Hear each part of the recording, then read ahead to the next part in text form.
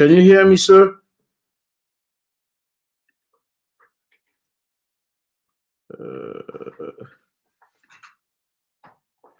Hello?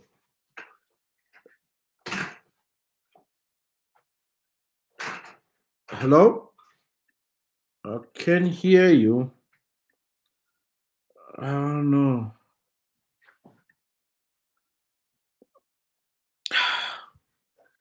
I never thought this was going to happen today.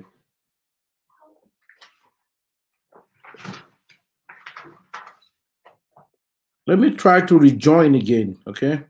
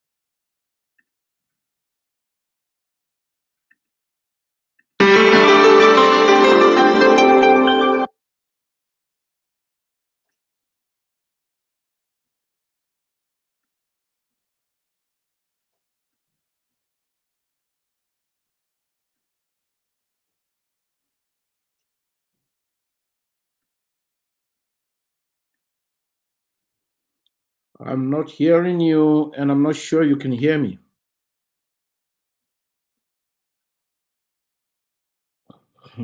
No, I can't hear you. This is crazy. Give me 2 minutes.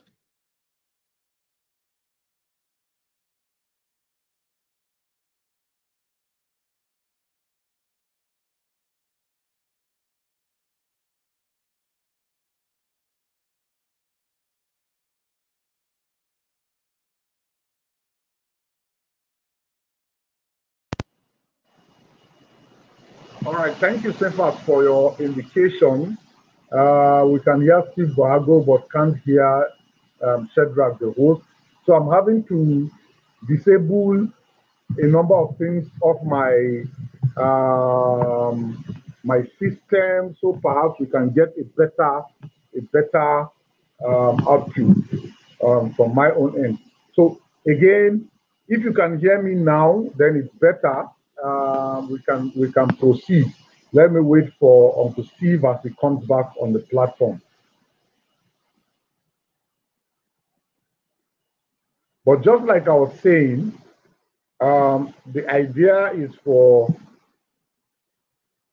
Uncle Steve to talk today to us about our leadership role in our workspace and everyday life. And like I said much earlier on, this is what we've been trying to do to get to enlighten and to educate everyone on the fact that every one of us has the capacity to influence whatever environment we find ourselves in. Now, and that's the definition of leadership. As far as Oswald Sanders is concerned, he just defines leadership as influence, the ability to influence persons to persons, the ability to influence your immediate environment.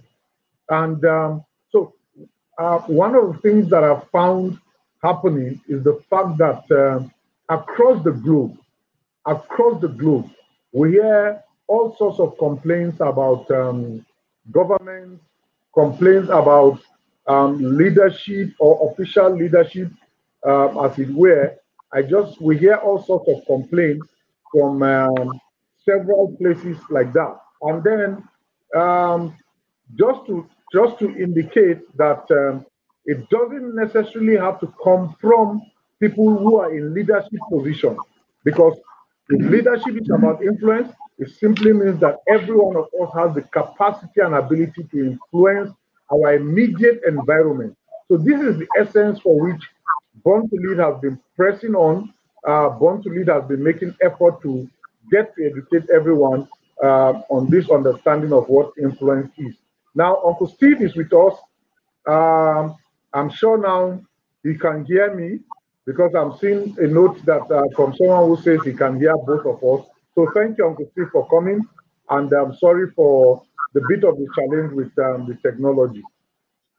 Yeah, I wanted to be sure who was responsible for this. Okay. You know, I indicated earlier, I just got a new camera. So Okay. my guess is that, and I've tested it and it worked well, but my guess is that it just decided today to malfunction. So I've taken that camera off with its microphone, and I'm using the camera from the laptop directly. So perhaps that's why you can hear me now.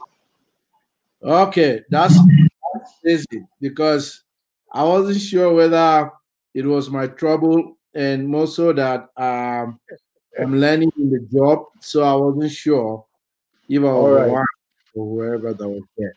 Yeah, but it's good that we can connect here.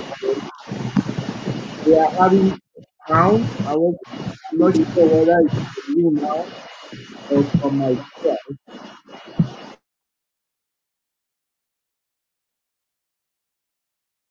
Okay, so it might be from you. Can you hear me now? Yes, I can. So I'm having to mute my own mic so your mic becomes clearer. Okay, Thank you. okay, okay, good, good. So we're just going to jump right in. I'm not sure if we are able to do what we were not able to do last week by sharing our screen, my screen. If it's okay, let's see how that works. Um, from okay, are you able to share what I have? If you are not, uh, So I'm able to share now. So I'll yes. make an effort to try to share so everyone can see. Oh, great. So Yeah. if you hear that for me, as a way of revision, I will just be mentioning the points while we go forward. So if you are able to do that, that will still be okay for me, because it looks like the marriage between this very device and that doesn't work very well.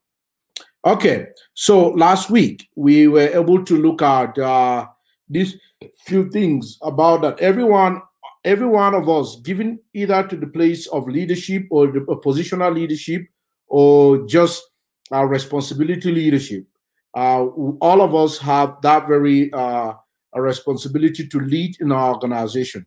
Whether you are a security man, or you're a driver, or you are a pastor, or whatever, or you leadership, it's the key component that we found out that it's not just an idea of position, but it's more about responsibility. And we said why we call it lunchtime to our leadership talk. It's because sometimes when we are even complaining about the leaders in our organizations and places that we are working with, it's basically more because we think of position, not because of of influence. And so we said that fulfillment comes in what you give, not just what you get. Of course, you are able to get fulfillment in some kind of fulfillment in what you get, because it's an appreciation of what you have done or you have given. But a lot about fulfillment, it's more than just what you get. It is more about what you give, and then from there you can expect fulfillment.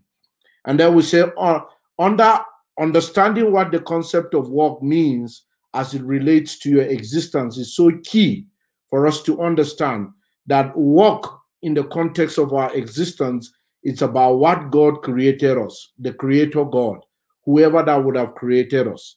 It is the reason why we were made. Generation of income, benefits, and all of those, they come after the idea of work.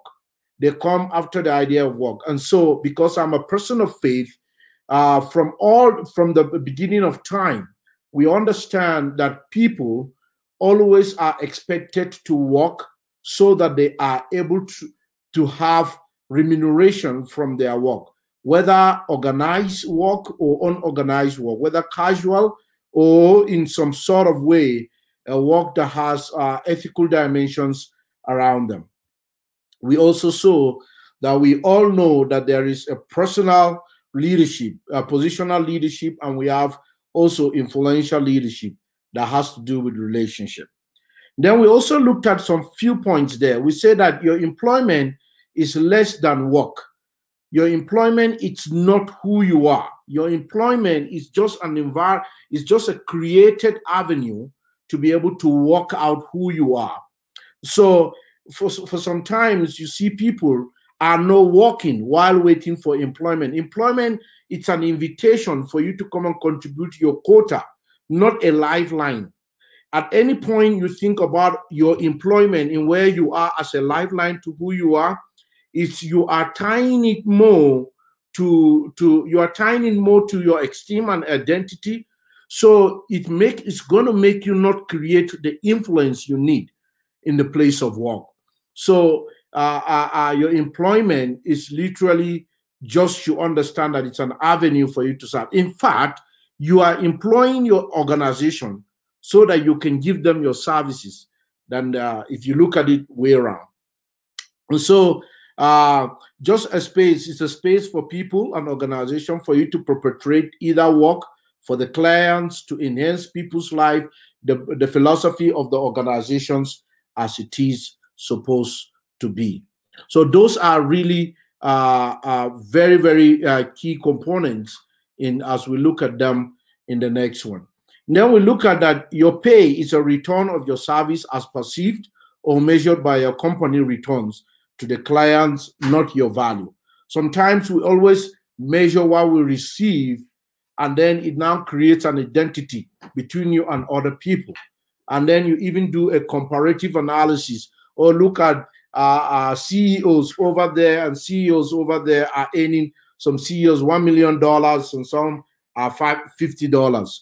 All of those compensation, remuneration, pay are never a situation where you count them as they are the value of who you are. You need to understand that what orchestrate or what your value is around, it is around the economic condition of the country, the economic condition of the organization, and the policies of the country and the policies of organization. So what you receive does not necessarily say that that is who you are. And then we went to the point that says, let's talk about you as a person. So one of them is that we said, we saw a couple of two other points there. We said, number one, you need to literally know your gifting and ability. You need to know your gifting and ability, how gifted you are, what God has blessed you with, the work, the talents that He has blessed you with, and the role that you are playing in the organization that He has placed you in. So sometimes when we don't have all of those, they create more problems for how we can influence people. The third point, which we never looked at, was I'm not sure if we looked at this or not, but the third point was that we reevaluate the basic orientation you had on the first day of your job. Look at every time, if you want to truly be a leader in the organization that you are working with, either you're a pastor, you're a CEO, you're just somebody in the middle, a place of the ministry or the place of work that you find yourself, or the organization that you find yourself, to literally just take your orientation that they gave you. Sometimes your job orientation, your employment orientation carries the DNA of the organization. And so your job description sometimes may not be built in line with the DNA. And those are sometimes some few things that really happen that it got people confused. I have worked with some people that said, oh, what we heard you said you are doing is different from what we are seeing you. When that now become part of what you are doing, we're seeing you do. And that is sometimes there is a face that organization carry different from the face that literally they function in that idea. So reevaluating the orientation you had on the first day of the job and your current monthly requirement to see if there is a coherence is key. It may be that you like the organization.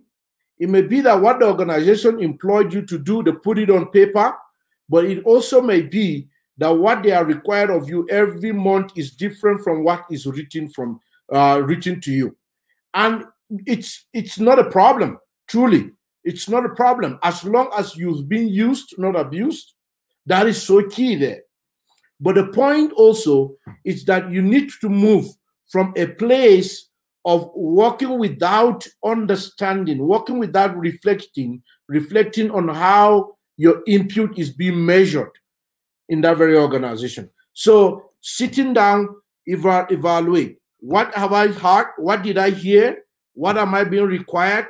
And where it's the coherence, where it's the connection, the unity, or rather the synergy between what I heard and what is written, and how am I being held accountable to this fact is so key in helping them. So our fourth point is that interpret your job description as it relates to your gifting, ability, and the requirement.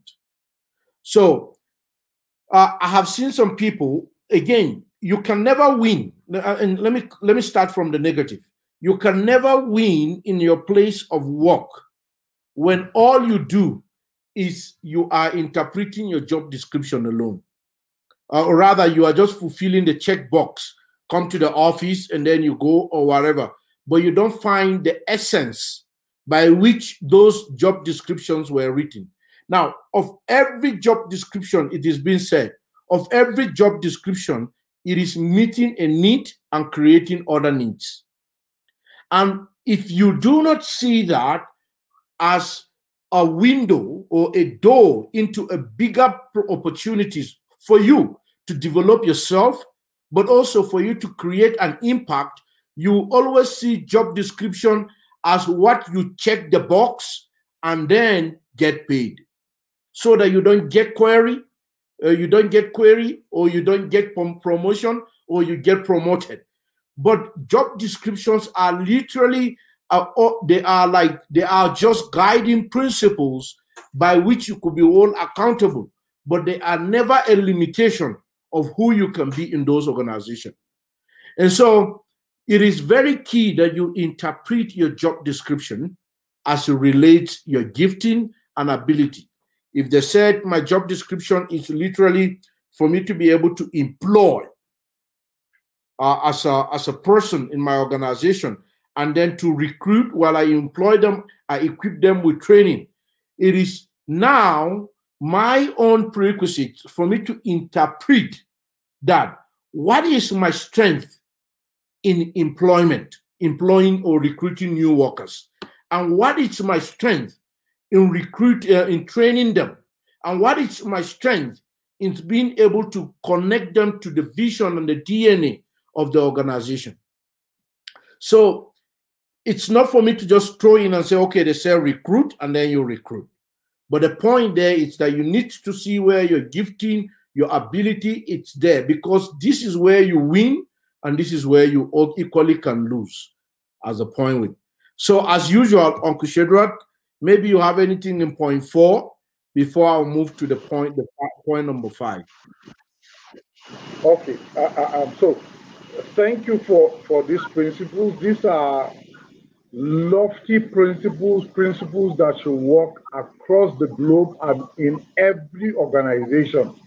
Now, so I have a question, which is that should this assessment or should these principles be applied while I work in an organization that I like, or an organization where I just hold a part-time assignment hoping to look for something better or something bigger?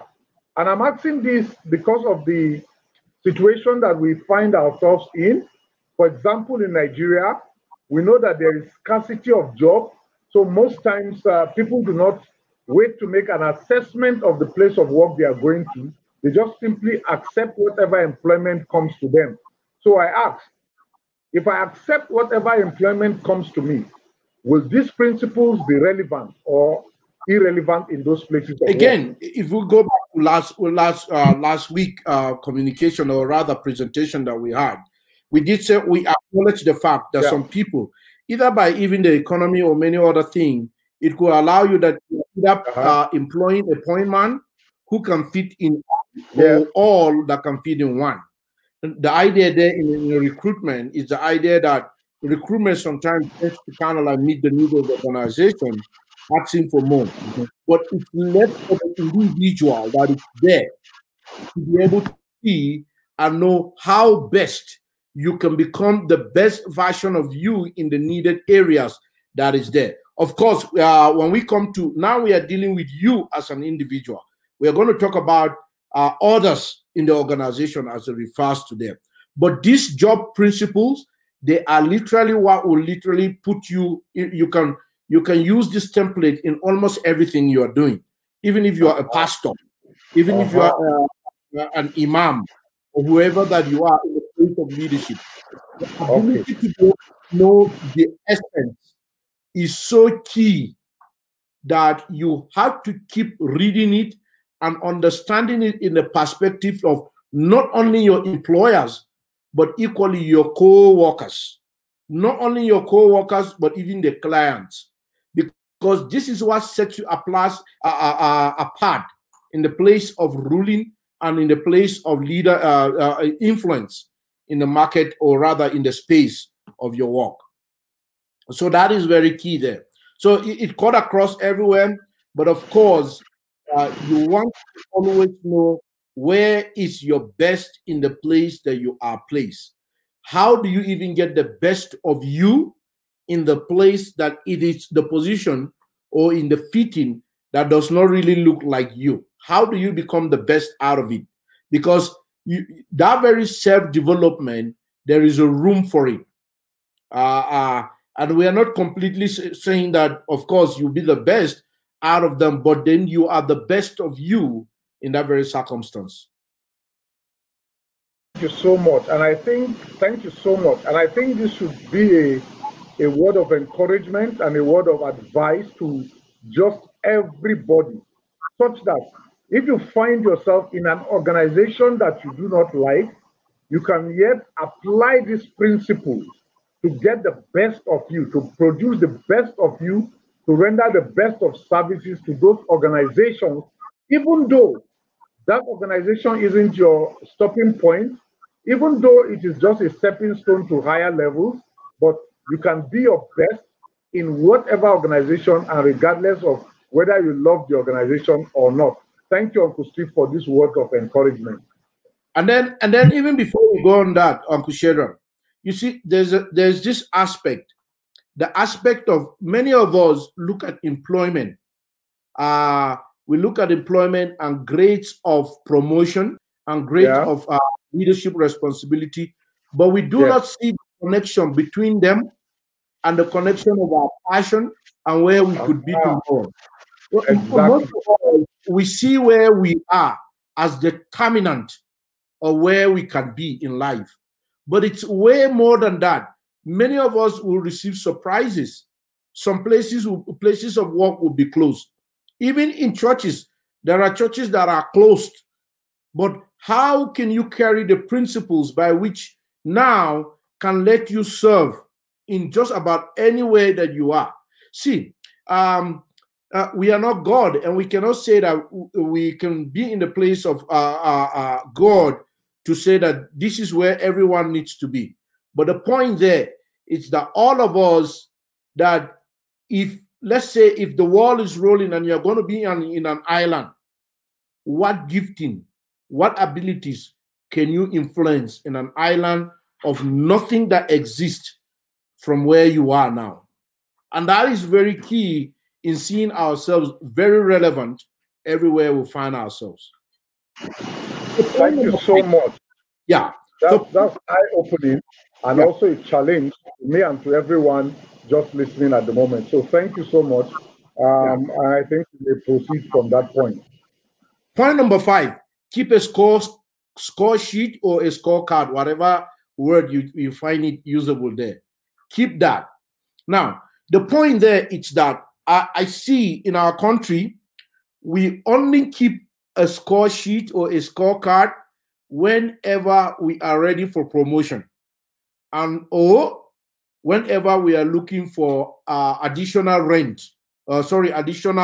financial support, or whenever we are being charged or our productivity is questioned.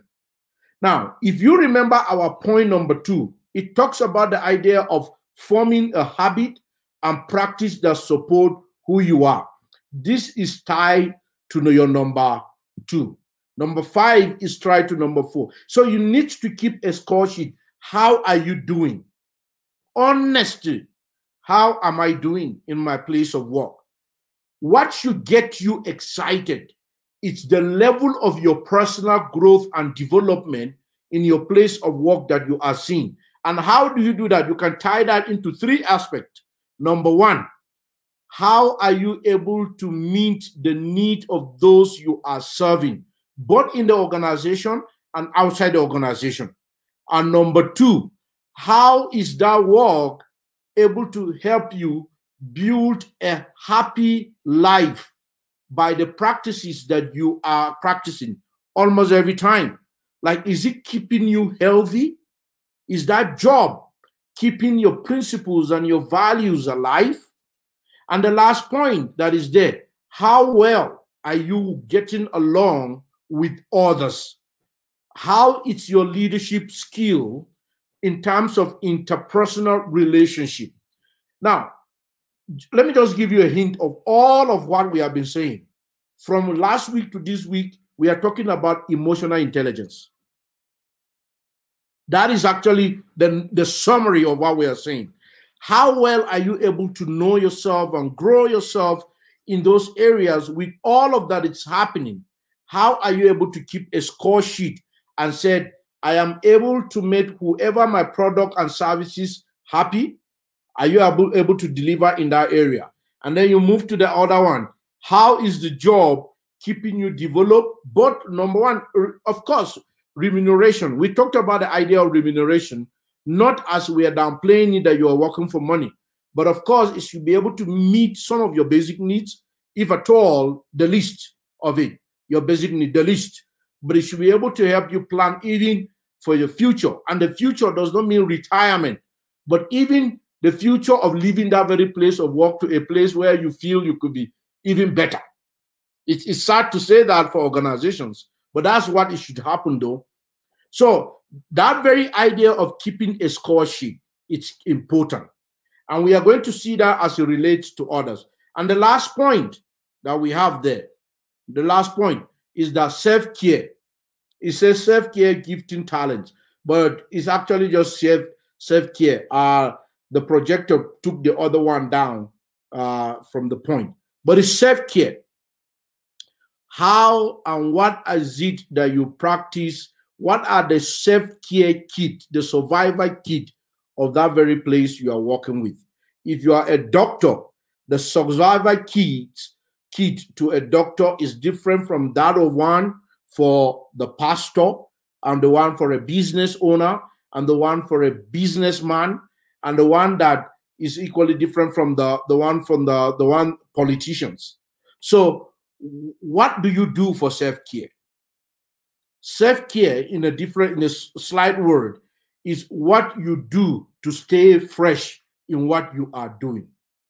What you do regularly to stay fresh in what you are doing.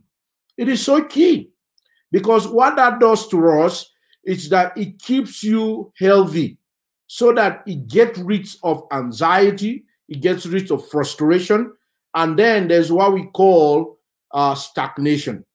You want that you are having and practicing a lot of self-care. There are many people in their 50s, they can't move out of the organization. They are not growing in the organization. The organization is not growing, and their mind are dead. Why? Because and almost everything works well, but the idea of self-care, it's not there. Who do you connect with to grow with? If I am a doctor, how many doctors am I interrelating with for my self-care? What are the accountabilities do I have to be able to keep my ethics? Almost everything that I know on this earth has ethics, except the ethics of not having ethics. But almost everything has ethics. What are you doing for self-care in those directions? They keep you very, very influential, happy, and excited in the place of work that you do. Have you ever seen a place of work that when somebody is coming to the office, he's already a sadist? He's coming very sad with a moody face, no smiling. They are only angry even when they are not even hungry. Those are really big issues of self-care. Somebody comes in there, he is sick, he doesn't take care of themselves. They spend so much on some other things that they are not able to take care of themselves. Those are really care there. So body, soul, and spirit, self-care. How does that happen for you? Again, Uncle Shedrack, I don't know, for you in the profession, both in the leadership, but equally looking into in the legal world, as a barrister, what do you do, or what is the ethics of how to be able to take care of yourself to remain? All right. So now in the legal world, okay, one of the ethics that you need to take care of yourself is to constantly interact with those who have or have legal ideas or share legal thoughts with you. All right. So by that you can make an assessment of yourself. You can know the level to which the level at which you're operating. You can also learn newer tricks and newer things from your own colleagues. Okay, so again, this is the reason why we have a Nigerian Bar Association. So basically, you meet from time to time. Just by mere interaction, you are constantly making an assessment of yourself, and you are helping yourself remain healthy in the legal world. Again, so the legal world is vast. Now, we try to specialize in your area of specialization. One thing that is required is to constantly read to optimize your knowledge as far as is concerned in that space where you find yourself. So just a while ago, I was laughing when you said everything has ethics except the ethic of not having ethics. So that made me laugh, and I said, because even if you do not have ethics and that is your ethics, then it means that you have an ethics of not keeping to ethics, as it were. But just talking about the legal world, constantly refreshing yourself, taking refresher courses. Again, there is place for rest. So resting when it is required for you to rest. That's why the courts usually have vacations. And those periods of rest are not for you to go back and sleep, but for you to refresh yourself, either by gaining new knowledge or by interacting with a number of lawyers, so you can broaden your perspective as far as life is concerned. So that's one way I can picture from what you have said. Yeah. Again, that's very key. You talked about currently with the post-COVID and the COVID. I don't know whether we are in post or whatever that we are now, whether I don't know the name that is there. But truly, even with that work, but there's a lot of lockdown. There are many people that have been in some situations that there's a need of help here. Um, Again, body, soul, and spirit. How you are able to take care of your minds, because it can fall back to the idea of point number 2, developing habits, and equally the practices that one do. Because the idea equally, it's that you get into a place that you find yourself that you are either having anxiety, or you are even having trauma. You're traumatized by what is going on around you, but you have no consciousness to be able to know. Now, one of the greatest gift of every person, it is not the gift to even just solve problems, but the gift to be aware of the problem, and the gift to literally accept that this is happening to me, and the gift of now, okay, how do I get healed from this? That alone, it's a huge therapy in getting help for our souls as either positional leader or influential leaders. And I think some of us that are very good in the people like the word workaholic. I don't know, but in psychology, when somebody said he's a workaholic, it's a problem. And let me tell you what the problem is. There is such a problem connected to their childhood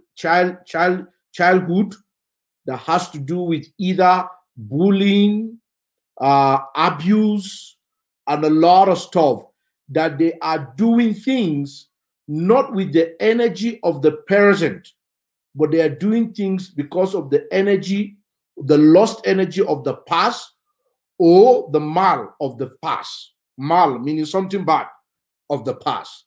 So you find that they are struggling all the time to be able to do that. And that is why self-care is so important. And it's a little minor thing, but there is a lot of it when you sit down with when you were young. You find out that the only reason why people could be very huge workaholic, it is the idea of that they are fighting a ghost in some way. So that it's a very big problem.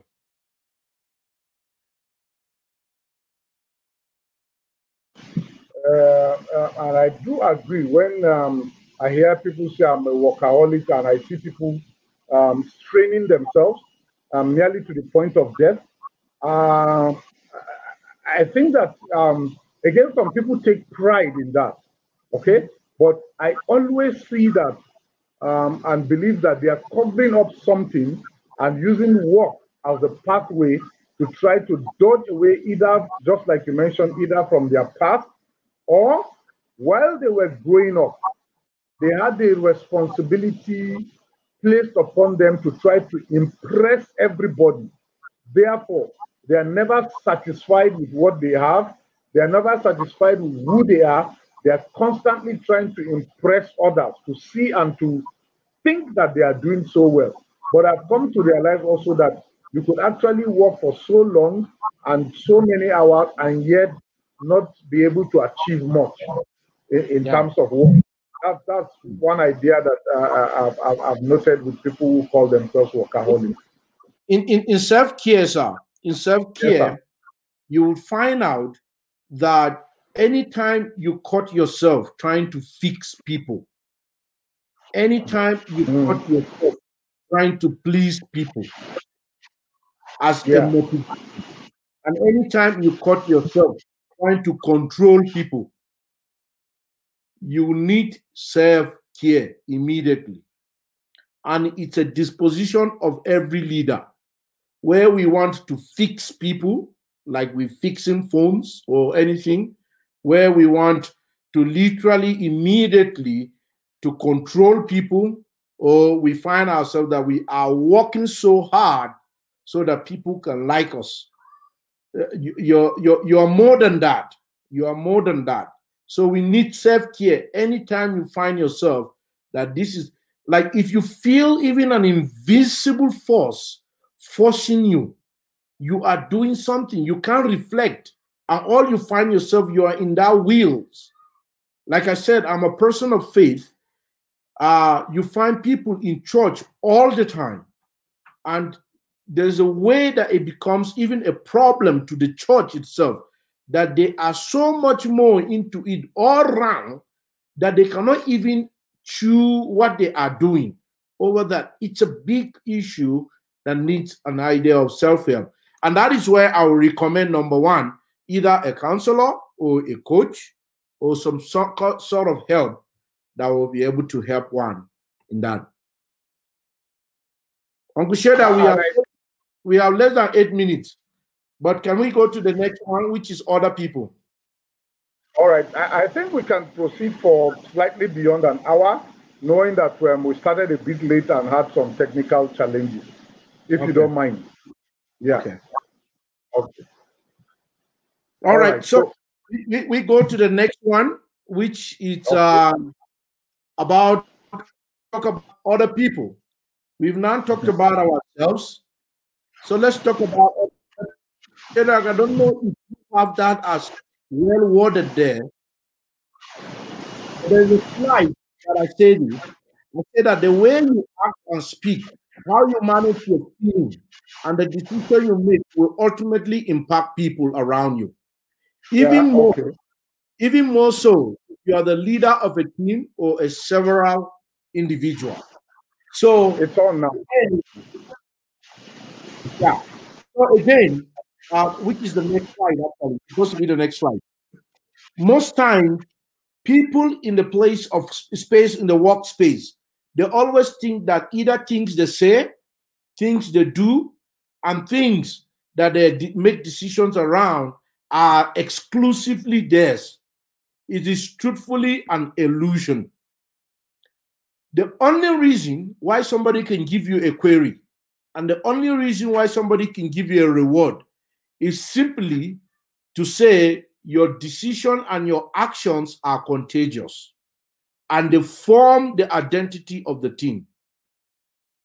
So it is very key now that we learn in a place of understanding ourselves and learn at a place of understanding our feelings, how it relates to other people. So that's the summary of you. You represent an organization, but not only that, you influence the individual, both as positionally, as a positional person, but equally as an influential person within the organization. Now, so we go to the next, which talks about the idea of all of us, people that you work with. Let's talk about you in regard to others. So again, we call it like your space of influence as regards to others, but literally that is them. So I made this, there's a little bit of, I'm not sure if anybody would see clearly there, but I said a healthy understanding of yourself and role gives you your healthy ways of helping others. It gives you the healthy ways of helping others. The point there is that if you understand yourself well, if you know yourself, if you have a good image of who you are, not psychological image, the one that you think you are a hero, while you are not truly.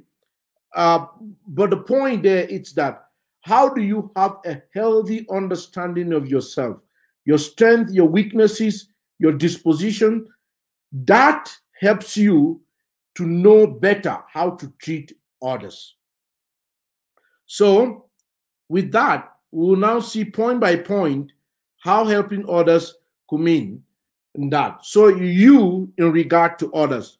And point number one, find purpose in what you do as it relates to others. Some of us literally in the places of our work, we see ourselves alone. I have already said that. But there's a way that you literally just see yourself. You don't feel responsible for others.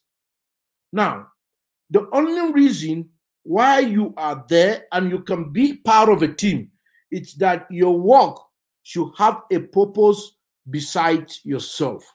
You're a very influential person. So you find meaning in your current job, and the first important step you become is taking a place of influencing others. What is the purpose of this work without me? It is so key to understand this. And when you have sensed the direction and the attachment to that cause, you become more engaged in carrying on your responsibility, as also it relates to others. So doing something because you want to do it, as opposed to doing it because you have to do it, will enable you to become more positive and influence your workplace.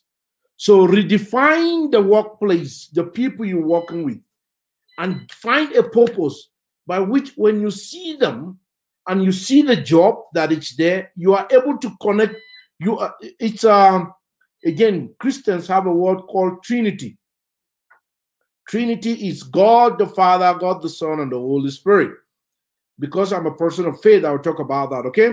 So have you ever seen yourself like that in your workspace? You, your colleague, the organization. Very, very key. They are tangible workspace that you see. From there, if you are able to see you, yourself, the organization, then you begin to see the essence of you, the self, and the organization. So number 2, acknowledge that you are not perfect. That is the essence of emotional intelligence as well. That you are not perfect. Acknowledge that you are truly a perfect being. That you are a complete being in yourself, but you're not a perfect being. What that means here is that there is nothing in Uncle Shadrach that he has that you don't have. There is nothing in whosoever in the world that you do that they have, even the greatest of the greatest, nothing they ever had that you do not have. However, there is something that you are not. And that thing that you are not should not become against you, but rather should become an awareness in you that gives you more strength in areas that you are. So acknowledge that you are not perfect, but of course, in your acknowledgement that you are not perfect, helps you in areas that you are very good other than others. You see, positive influencers aren't afraid of admitting that they are wrong or they are imperfect. What they always do is that they claim that they are every time. They claim that they are learners all the time. Leaders, like Shadrach would say, leaders are learners. What makes leaders different from others is that they are willing to learn all the time. The ability to be able to put themselves in the place of learning, give them. And that is a curiosity that gives you an edge in relevance. The curiosity, that very curious aspect of trying to learn, makes you a leader even before your time comes, impositionally. And that is the point that it's there. Now, let me tell you, if you put a group of 10 people in a place of work, the person that gets the next job will not only be the person that works well there, it will be the person that is asking new questions because he is finding finding where they are. It's not perfect. They are asking ideal questions of growth. What imperfection does to us, imperfection gives us the curiosity of trying to grow, not a state by which we resign and say we are not growing. This is the problem that some of us find, that whenever we feel we are not good in an area, then it becomes a place of excuse, not a place of motivation. And we cannot grow from lack of motivation. So acknowledging that you are not perfect should not be a position that you sit on, but rather it should be a motivation of trying to keep growing in all the time. And of course, this is where you can always take responsibility. Some of us are defendants. We are always defending ourselves, even when we are wrong in the execution of our work. Now, let me tell you, people don't follow perfect leaders. People follow leaders who are real and genuine, even in their places of weakness. That is what makes the difference. So accepting that you are not perfect does not mean that you resign to being imperfect. No, but rather that there is a place of growth in your life. Uncle Shedak, I talked about two things. Maybe you have one or two things to be able to talk around there. I am intrigued by the second point, which is to acknowledge that you are not perfect. And reality is that first, as a human, all humans must know and acknowledge and accept the fact that we are not perfect. All humans, okay? That's a fact of life. Now, to deny that is to say to me that first, you have not found out what your purpose is in life. Therefore, you are pretending and covering up for your inability to find your purpose in life. Because I want to tie both points. If you find your purpose in life, if you find your purpose in what you do, every day you make an assessment of yourself versus your purpose, you will discover that there is a gap that you are yet to fill up. And every day you discover that there's a gap that you are yet to fill up, it shows your level of imperfection, and therefore requires that you need to constantly keep growing.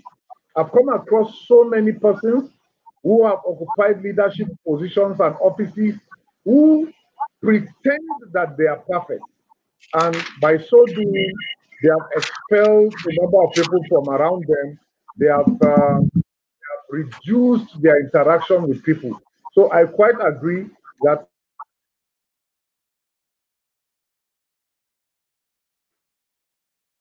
yeah, Uncle Sheda, we lost you here.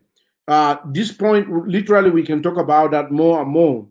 But yeah, people without emotional intelligence, Uncle Shedra, in their places of work, who don't admit that they are imperfect, who actually, there are two ways. You either admit that you are imperfect to grow, or to admit that you are imperfect not to grow. Yeah. So then people who admit that they are imperfect now know their needs, they can resign, and what they find, they are finding themselves more in a place of just resigning, and they are not growing, and they are not associating with people. With that, they cannot create any impact and influence. That is what it says. All right. So we can simply summarize that to say you acknowledge that you are imperfect so you can grow, or you acknowledge that you are imperfect and refuse to grow to meet up or to cover up for your imperfections. And I'm grateful for that. It's a worthy quote, actually. Thank you. Then the next one, it's build a win-win relationship. Let me start by saying this, because this is a very creamy point there.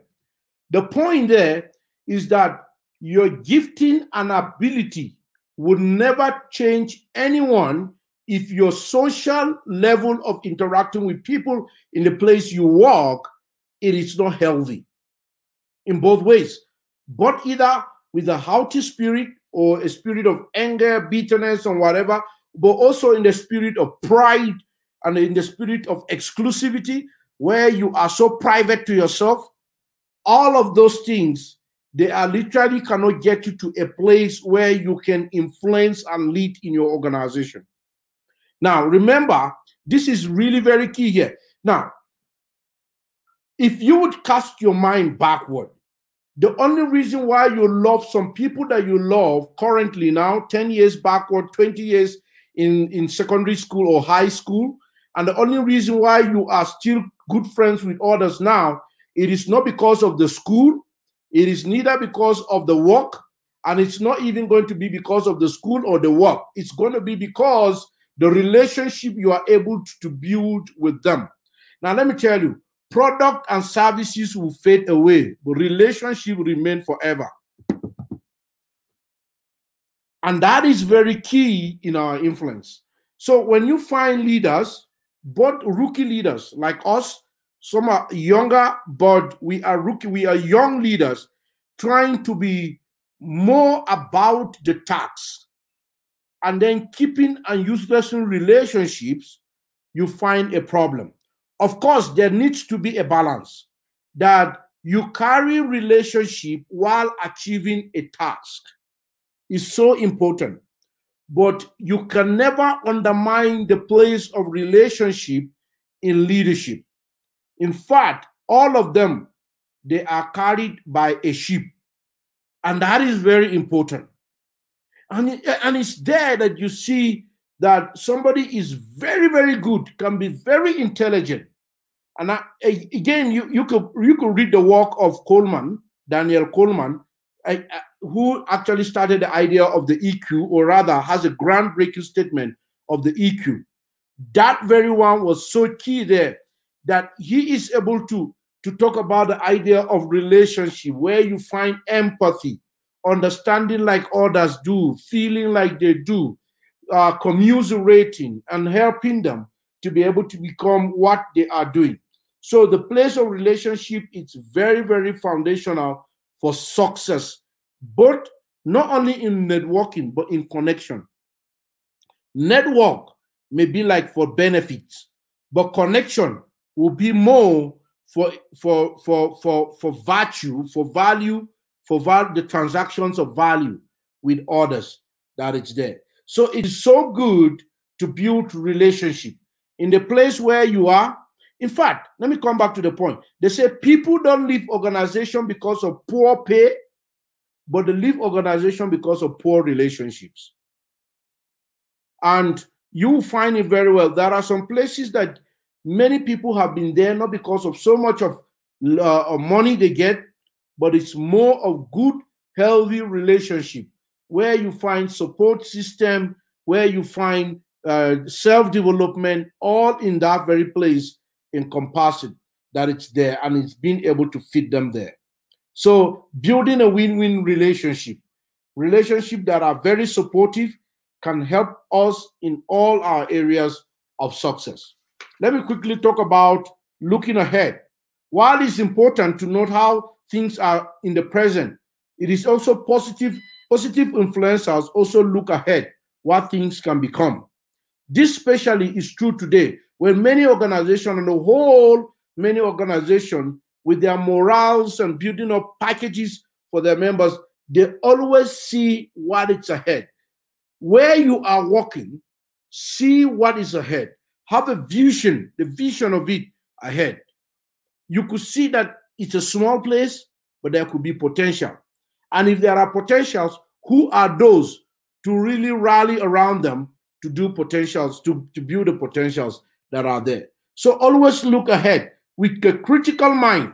With the higher leader teams, you are able to see the future as something bright in that organization and will ultimately be more motivated to work to the place than there. Let me tell you, if you are in a place of work and there is no any excitement about the future, there is a way that both you and others that are there is no development.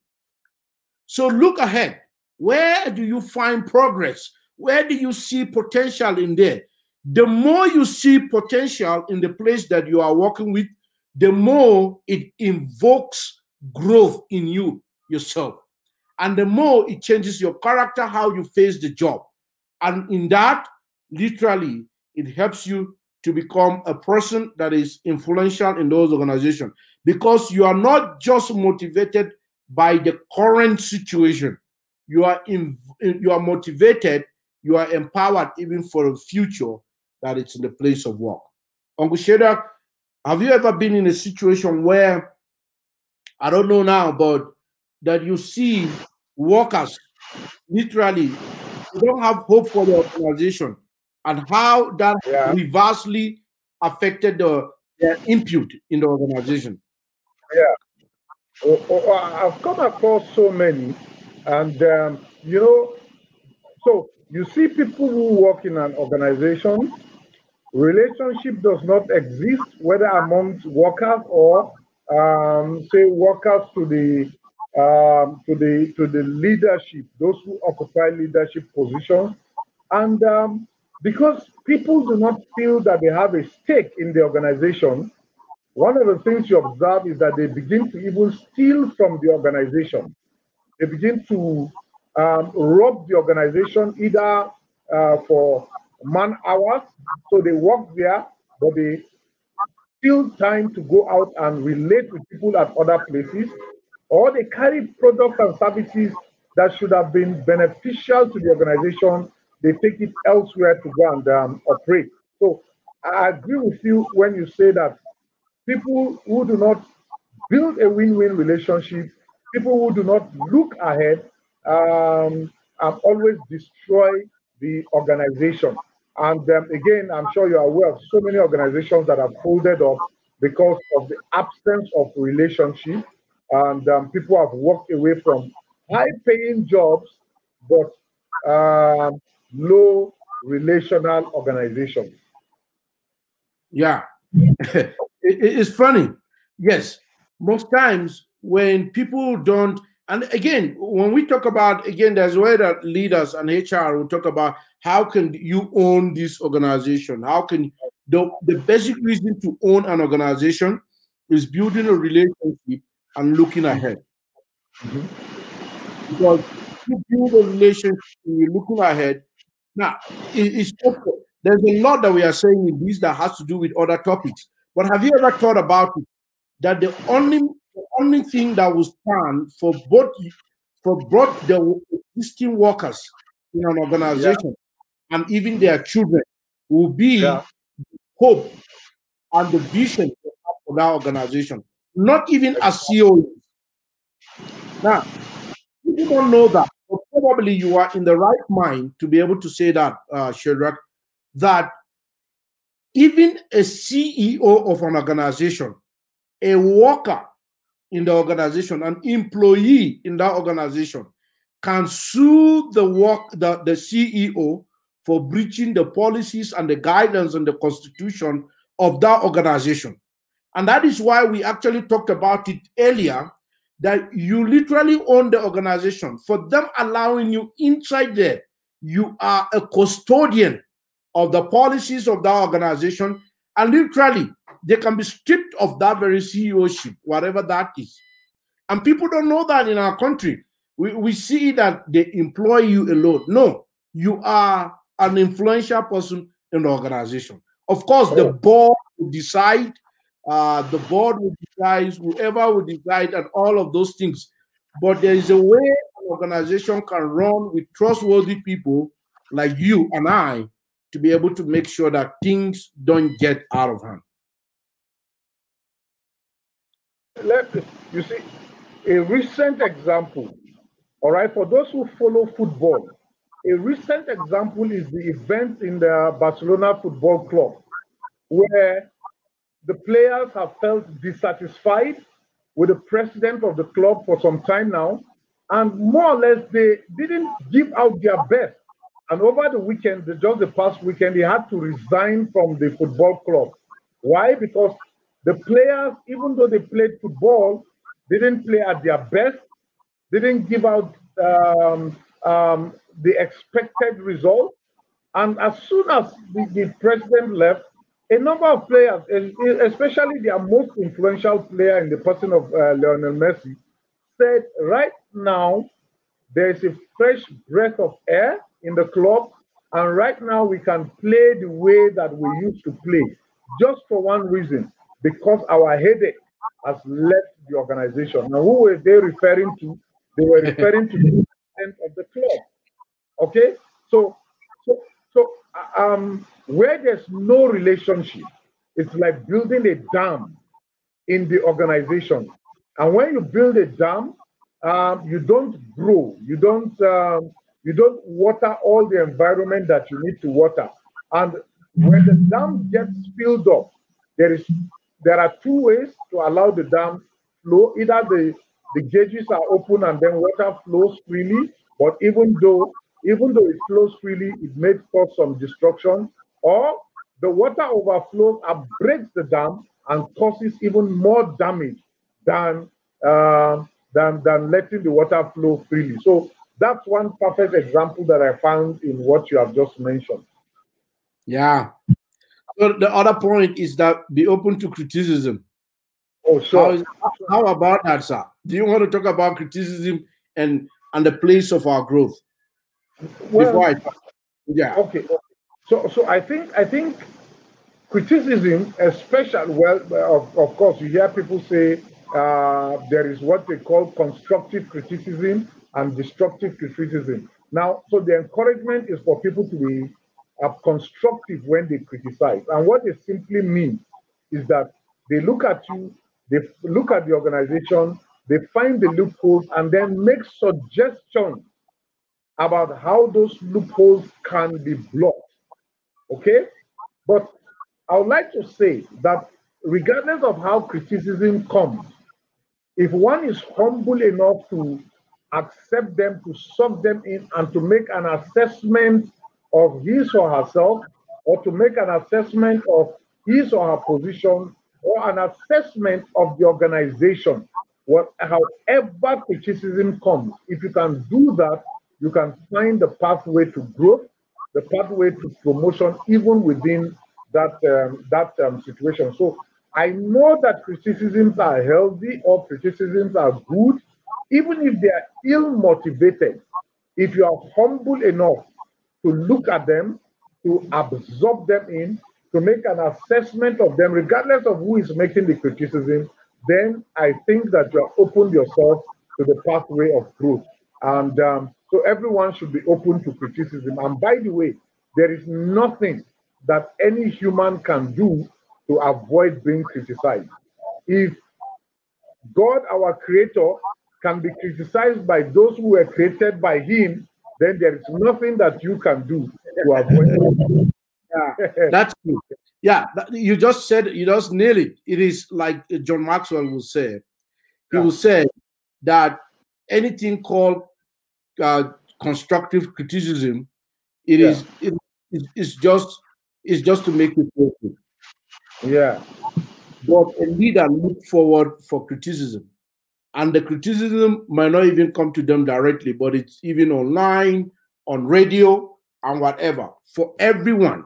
But for you, even in your workspace, criticism can come from people grumbling around that are there, or people saying things about you.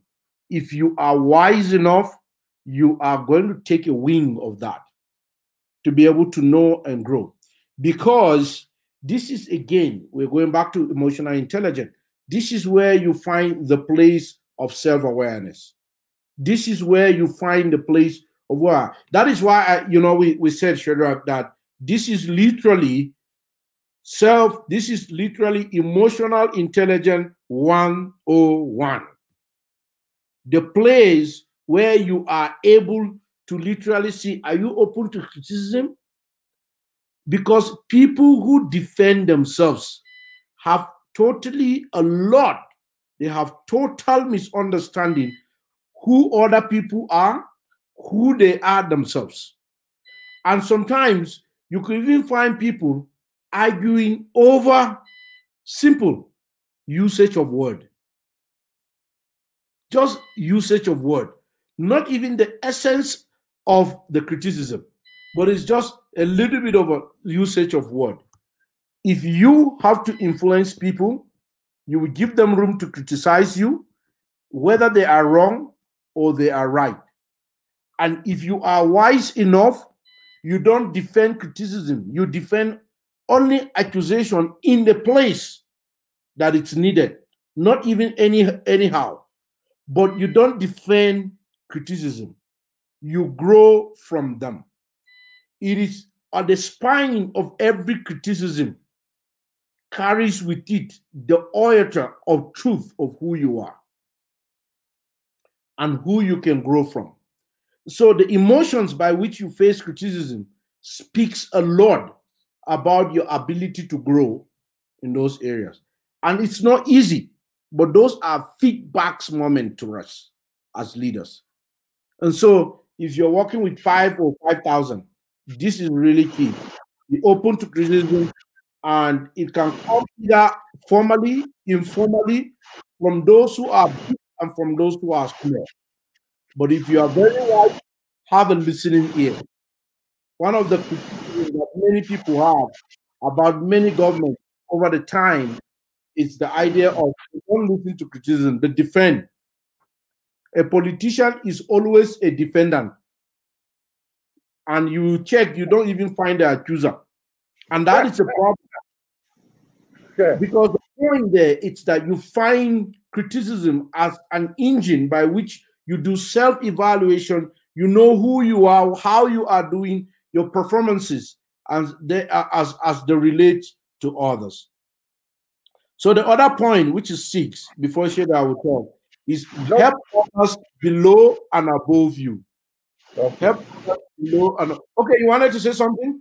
Yeah, so I wanted to just say, just before you proceed, Yes. perhaps we may need to, because I know we have shot beyond our time.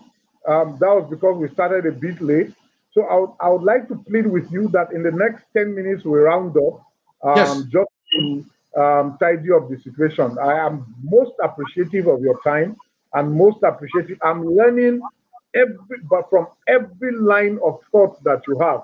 I learn by the second. I'm sure I'll do a review of this. But I know that there are also people following us and may want to perhaps take a break or whatever. But so can we just please tidy up in 10 minutes, and I'll be most appreciative. I'll do that in 5 minutes. I'll do that in 5 minutes, and then you will talk. So number 6, help others below, above, and besides you. It says only above, but you should be a helper. People don't know how much you know. They don't care how much you know. They care how much you care. And I'm telling you the truth, you can never influence without these attributes of a carer, of a helper, of an encourager, as a motivator. And 7, show your appreciation for others. Always appreciate. Now, let me tell you one attribute of appreciation. Anyone that you want to know if they are matured, either intellectually and morally, is that they have an appreciative heart. A gratitude heart, it is not a weak and a humble and a receiving heart. It's a man who has grown to know value and virtue and appreciate them in others as much as they will be appreciated in him. And the last point is that use your influence positively. Don't use it against people. Don't use it to buy people. Don't use it to subject people. Don't use it like palliative. Use it literally like a currency of encouraging others to be able to grow in their areas of life. In fact, if there is anything you've forgotten about it, is that use your gift for the good of people and the glory of whoever that created you. But don't use it to buy people's sentiments. Don't use it for anything. When people understand you love in spite of, they will literally fall to your influence as you lead them for a greater place of influence. So our last point, which is our rounding up statement. Maybe Uncle Sheda, you can go to the last slide, and then I'll read that for any comment that you have. Whenever you are, wherever you are, wherever you stand, and whatever you do, you can lead from behind, beside, and above, and ahead. Wherever you are, whatever you stand, and whatever you do, you can lead from behind, beside, and ahead. All of this is an idea of influence. Know you are so important to be able to influence others. And thank you, Uncle Shadrach, for this time, and that we can connect on your leadership talk. And I'm very grateful for this opportunity. You are muted. Right, yes, I just realized. So, Uncle Steve, I lack words to appreciate you at this time because honestly, from last week to this week, I've learned so much from the things that you taught. And I know that there are persons out there in their hundreds who have um, uh, followed you and have learned very well issues that are required to be learned from. And there's no better way to say a big thank you for the things that you've done. I appreciate this, and I am exceptionally grateful. I've just got this comment from Dawang who says she's laughing at the fact that you say don't use your influence as palliative. I'm sure we all know the story behind them palliative. Just as an aside, the elections that have just been concluded in the United States of America and counting is ongoing. I saw a video just a few days ago where someone brought out a crate of eggs and some form of gift from a box, claiming a candidate had sent it with a letter requesting that he should vote for the candidate. And I think in that instance, I was supposed that the candidate was using that as palliative for advancing for votes from candidates. But aside that, I am truly very grateful to you for all that you have shared and from your wealth of experience. And I am so certain that a number of people have learned just like I have learned. And I do plead with you that at some time again, we will invite you on the forum. You'll make yourself available and be available to share from your wealth of experience. Thank you so much, Uncle Steve. And I'm sure that the good Lord will bless you for the time you've taken to share with us. Now, to everyone out there, I'm sure you've learned. And my guess is that you may have comments. Uncle Steve is on Facebook. You may feel free to go on Facebook and to interact with him and to learn also from some of the things that is shared with us. Born to Lead is your friend. Born to Lead is constantly available and will be available next Wednesday at 1 p.m. West African time, just depending on where you are joining us from.